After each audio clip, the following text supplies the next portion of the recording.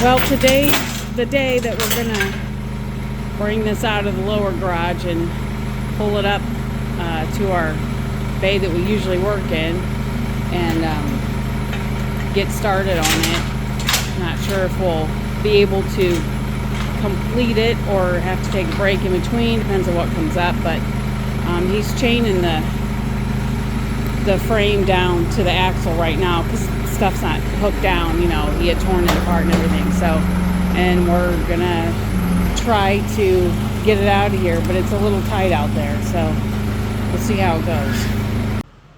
For those of you who've never seen this truck, this is our 2005 Chevy C4500. It's a 6.6 Duramax, Allison automatic, and it's a MONROE conversion. MONROE takes these trucks brand new, they put air ride seats in them, leather interior, all the power goodies, and then they remove the factory spring ride rear suspension and they install one of several brands. Ours happened to be a Link air ride, and the Link air ride they put on this never rode well. It was very rough. Instead of it having a integrated leaf spring that most air ride suspensions use and an airbag, it was all welded structural steel and a very short airbag with a bump stop in it. You had about 2.5 inches of travel and it would hit that bump stop. It rode awful, so I took it off. I sold it. It would be better for someone with a much longer wheelbase than this truck. It didn't work well. It also had a dually bed on it, and I hated the dually bed because no matter what trailer I hooked to it, whether it be a fifth wheel or a gooseneck, I was constantly worried I'm going to hit them bedsides because the bed was so high and the trailer had come so dangerously close to it. So I removed both of those and sold them. So now we're going to start making this truck what we need. I don't use this truck because it was just set up wrong for us.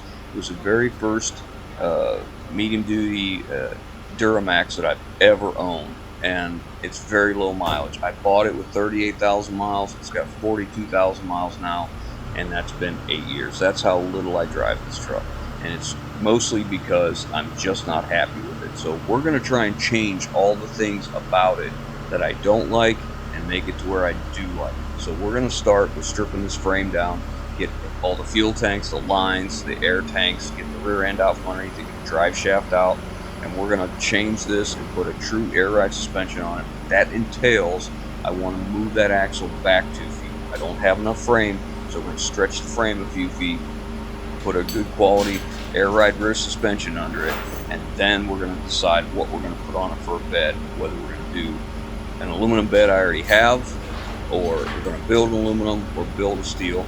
I'm not sure yet. Or we may even just order a Western hauler bed and put on it and be done. We got a lot of work to do. We got to start with getting stripped. We've got to clean the frame up so that we're able to get it ready to stretch and paint, prime paint. Look who does all the heavy lifting around here. It's probably gonna take me 4 trips. I'm gonna come help you. Anyway, so we got the axle taken loose. Now we're gonna jack stand this up so it's at a comfortable level to work at, because we got a good bit of work to do here. So better quit flapping my trap and go help her get these, because she will kick my tail if I don't. I've hosed these down with PB Blaster. I'm gonna try and save this because I don't know if they actually make these anymore. The Senient, that is. I'm probably not gonna use this tank. I don't know. I've tried to clean the rust and crap out from under these clips that hold it and through here, but it's just as rusty past the clip. You can see this here, all this crud build up here. That's what's stopping us right now. That one's not so bad. So we want to drain these tanks because we don't want to have to deal with diesel fuel. I hate diesel fuel smell. So I'm going to try and pump it out, get all the fuel. We'll just put it in the buckets for the heater.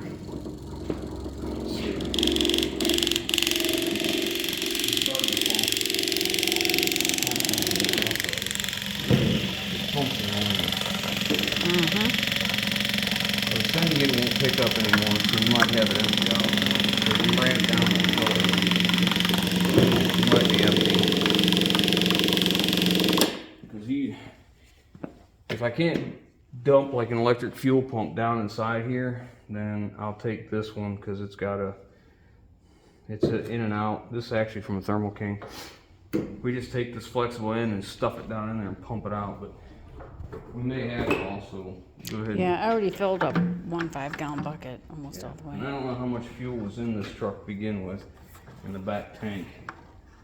I don't remember if I put fuel in it or not. Anyways, so the sending unit is loose, and the fuel lines, that is. Now we gotta get the sending unit, the actual level, fuel level sending unit loose. So, before that's been off there before. I ain't the first guy in here. Before I go and take all this apart and set it aside, we're gonna use the ohm meter, and we're gonna find out how many ohms this is empty and how many it is full. And if you guys don't know, GM in their infinite wisdom made it to where the instrument cluster monitors the fuel level in this tank and that tank. What they do is when that tank gets so far down, if this tank has above a certain level, it turns on this pump right here, and it pumps fuel from the back tank to the front tank. And these are always a failure point. Why in the world they just didn't make the tanks the same and pull off of both, return to both, like you know they do on semis? I don't know. Bizarre. It's GM. There's no explanation for their craziness. I had a guy tell me, he left a comment, he says, if you don't like the truck, why'd you buy it? Well, genius. If I knew I didn't like it, I wouldn't have bought it. It was the first one of these that I bought. Makes sense. Common sense ain't so common anymore, you know? Ain't that the truth? I mean, like I would buy, if I didn't like it, like I would buy it and plate it and insure it for all these years. This was my first one of these, and I've had this for a long time. Mm-hmm. We bought this with 38, I think. Wasn't it 38? 38,000 miles. What's it got today? 41? Mm-hmm. What's that tell you? And we drive a lot. How many miles we put on your van since we got it? 100,000 in how many years? Yeah. 5, 6 years? Mm-hmm. Whatever. Well, my van doesn't ride like a tank either. Yeah. Yeah, so for all those out there, like, you know, if you hated it, why'd you buy it? Well, I thought it was a low mileage diesel truck that I could use to tow our camper with. The unfortunate thing was, I hooked our camper to this. I got 6 miles a gallon pulling my camper with this truck. I used my 1-ton Dodge, and I got almost 10 miles a gallon. And it rode 1,000% better. All right, so I was able to measure it, and it was 250 ohms of resistance, full, and 40 empty. I'm marking this on here so if I go to put this back together, I won't be questioning. What was that again? So if I set that tank aside for something else, I'll know what the sand unit works with. Of course, I'll probably just sell it because I don't think I'm gonna use that. But anyways, it's out. We have one rivet right here holding that cross member in. And we have these bolts. So we're gonna go ahead and just continue on with this, right? Whatever you say. So this is the fuel pump I was talking about.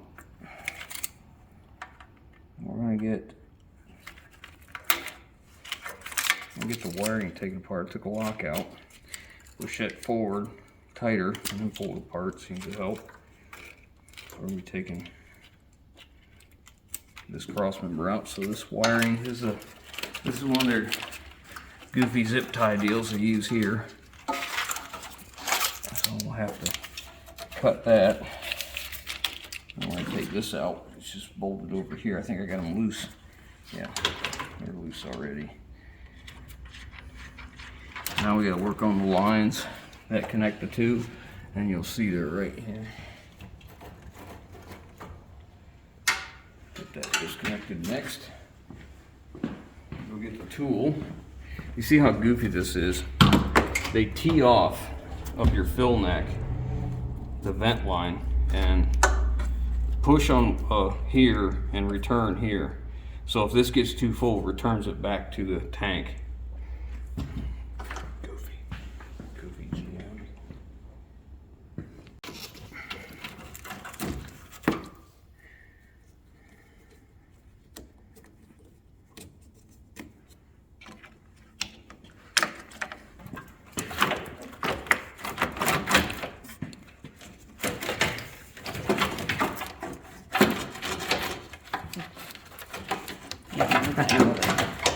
I don't want to take that line loose from that pump because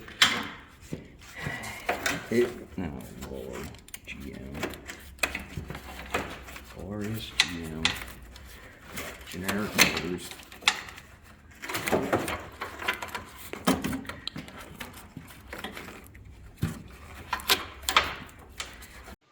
I'm going to remove this transfer line and both tanks, and I'm probably going to sell both. I don't think I'm going to reuse these. I won't sell them till after I've got, you know, this thing running and driving again, but I don't see me using these tanks in this configuration. I'm going to run crossover tanks that are, you know, hooked together and not have to deal with this lift pump stuff anymore. And another reason is these trucks are getting older and parts are not as easy to find. So anything I can do to make this thing more serviceable and easier to get parts for, no matter where you're at in the country when you're traveling, I think is a far better way for us to go. All right, now we got to get all this fuel fill off because we're probably not using this tank either. May not. I shouldn't say probably not. I ain't decided yet. People tell me I say that all the time. I haven't decided yet. Well, it's not an act. Yeah, I mean, and you're better off to say that because sometimes when you do decide, the next day or even that day later, you've changed your mind. A good breeze came by and I write, all my plans are written in sand. A good breeze and it all changes. Mm-hmm. And this truck is no different.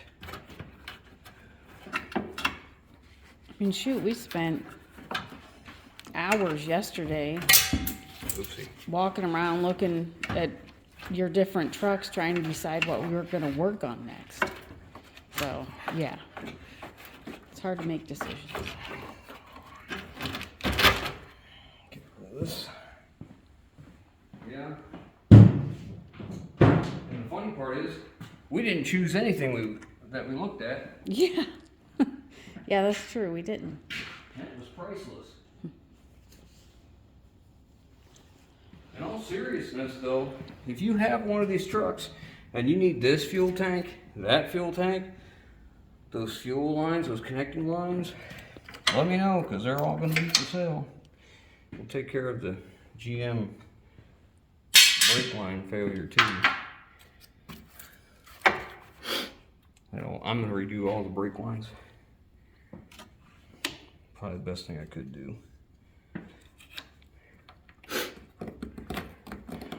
Yeah, how much time did we spend too? We were trying to decide if we should bring a truck in or clean the shop. Because I get really upset that it bothers people that the shop's a mess. Yeah, I can tell.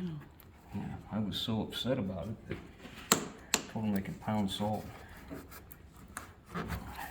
I mean, we don't want the shop this piled up, but we have a lot of stuff, a lot of different projects going on. So it's like, what do you do with it, you know?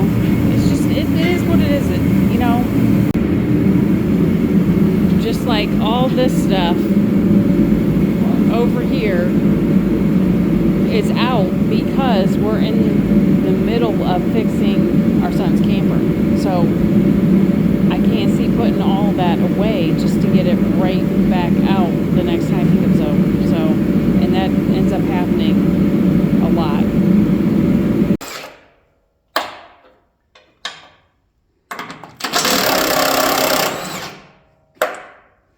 Fuel tanks are both out and drained now. We pulled the wiring out. Now we can work on this hitch.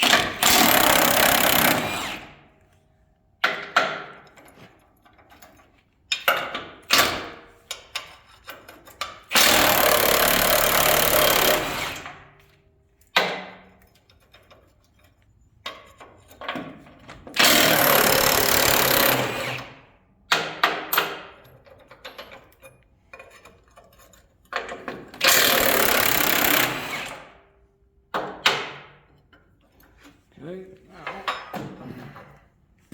now we gotta get The coffee can's over there. not ready for that yet. Oh. This is pretty tight.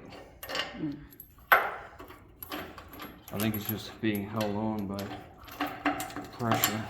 I don't think a bolt's holding it, nope. So we'll get all the bolts out. And then I'll have you grab one side, I'll grab one side, and we'll hope to not drop it on our toes.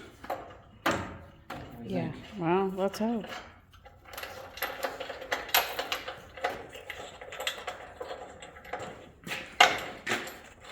You're not gonna bang on it, are you, with the hammer? Because if you are, I'm moving all these. Yeah. Well, then all the bolts need to be picked up. Of course I'm gonna bang on with a hammer. Well, they're gonna get all knocked down, and then we're not gonna find them. Well, put the washers on the washers and nuts on, so they're all the same. Okay. What they belong to.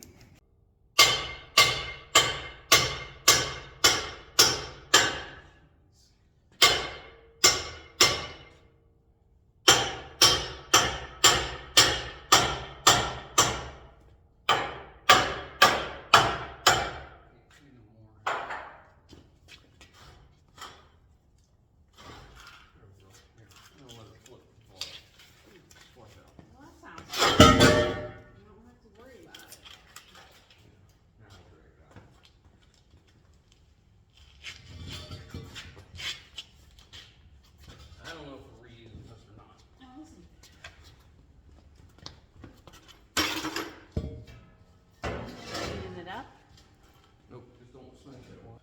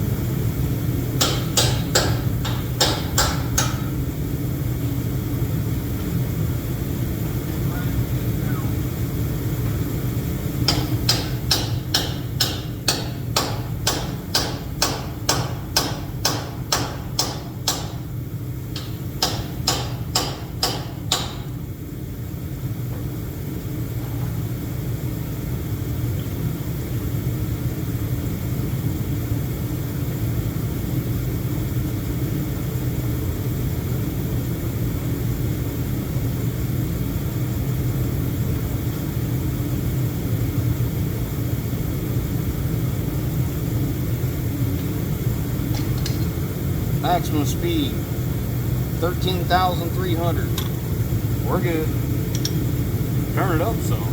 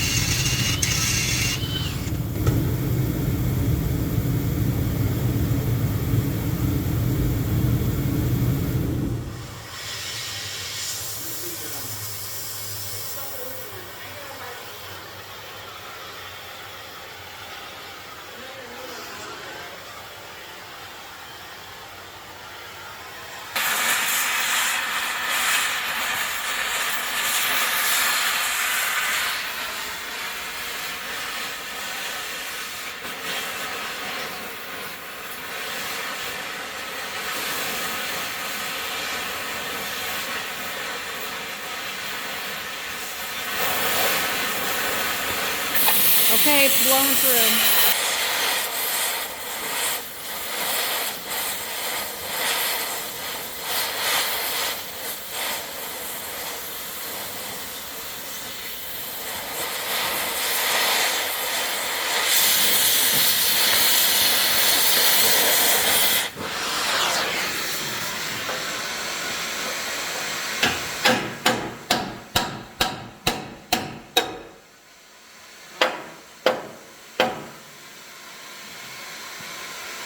Give him one thing. You can make a rivet. Yeah.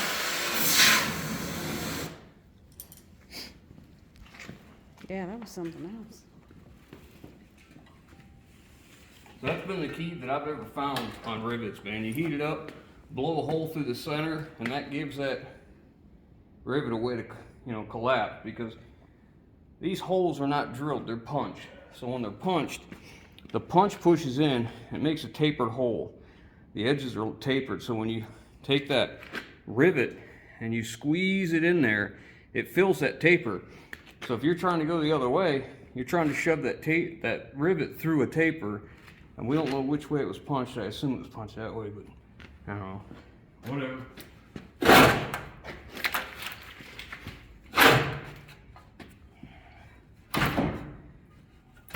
I don't think we need this cross member for my plans, but we might.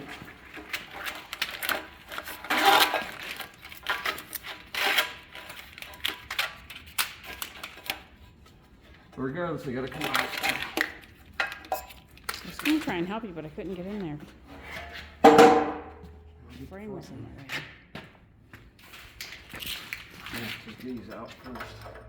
These are they got little washers, retainer washers on them. This is what holds that cover for that fuel tank. I'll get them off. Okay.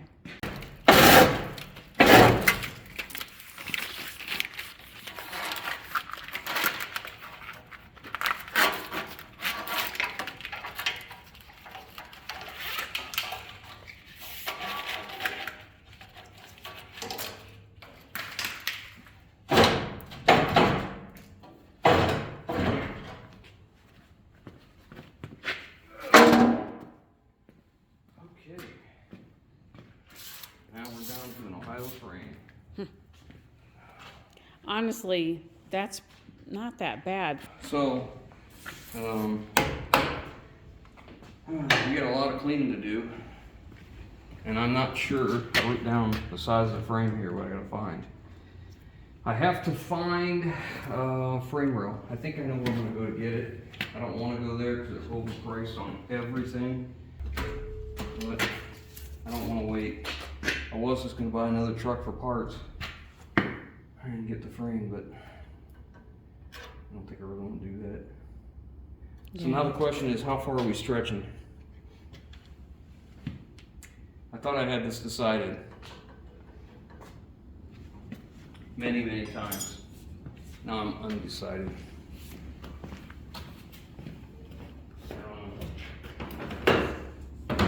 Maybe I'll just get a long section, weld it on, and then decide after I see it.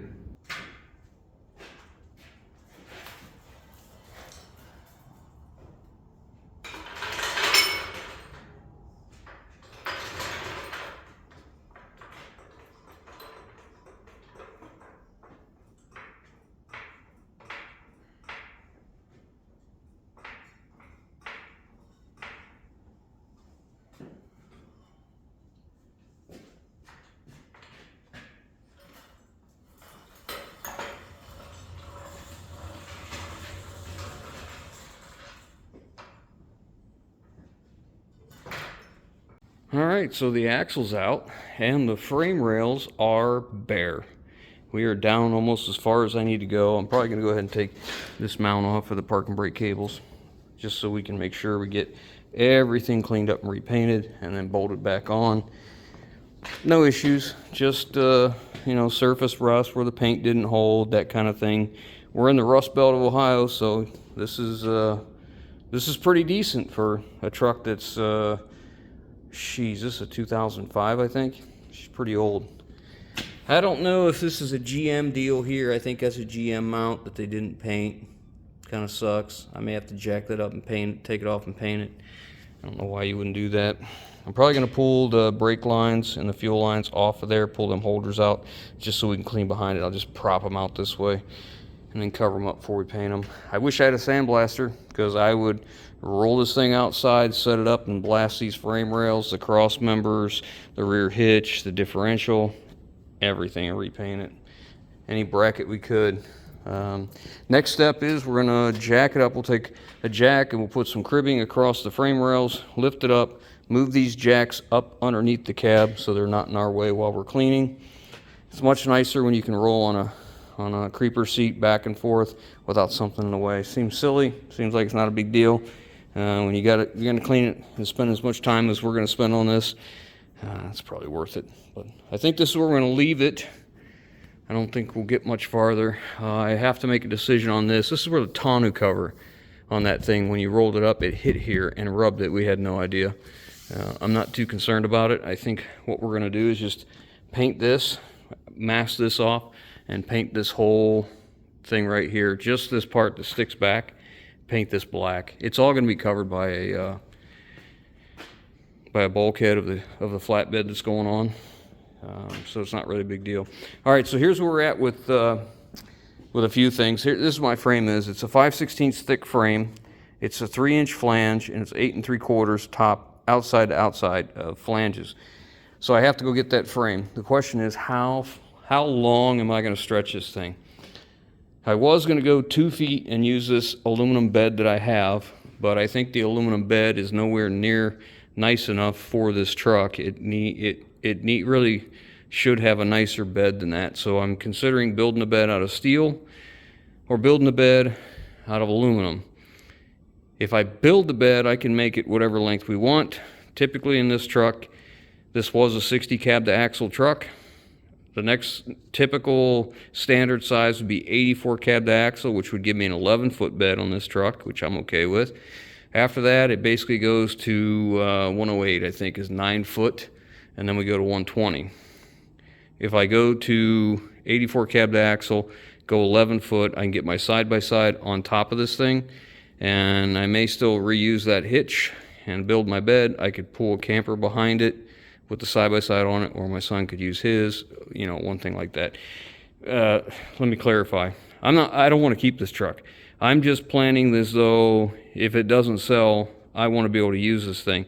And the whole reason for doing this work is because it rode horrible. And just by moving that suspension, putting a real air ride suspension under it, not that Link air ride crap, but putting a real air ride suspension and moving it, the center of the axle, back 2 feet is going to make a tremendous difference in this truck. So that's where we're headed. I got to go find some frame. I just don't know how far we're going to stretch it yet. I guess we'll find out when the time comes. Hope you guys enjoyed. Thanks for watching. We'll catch you on the next one.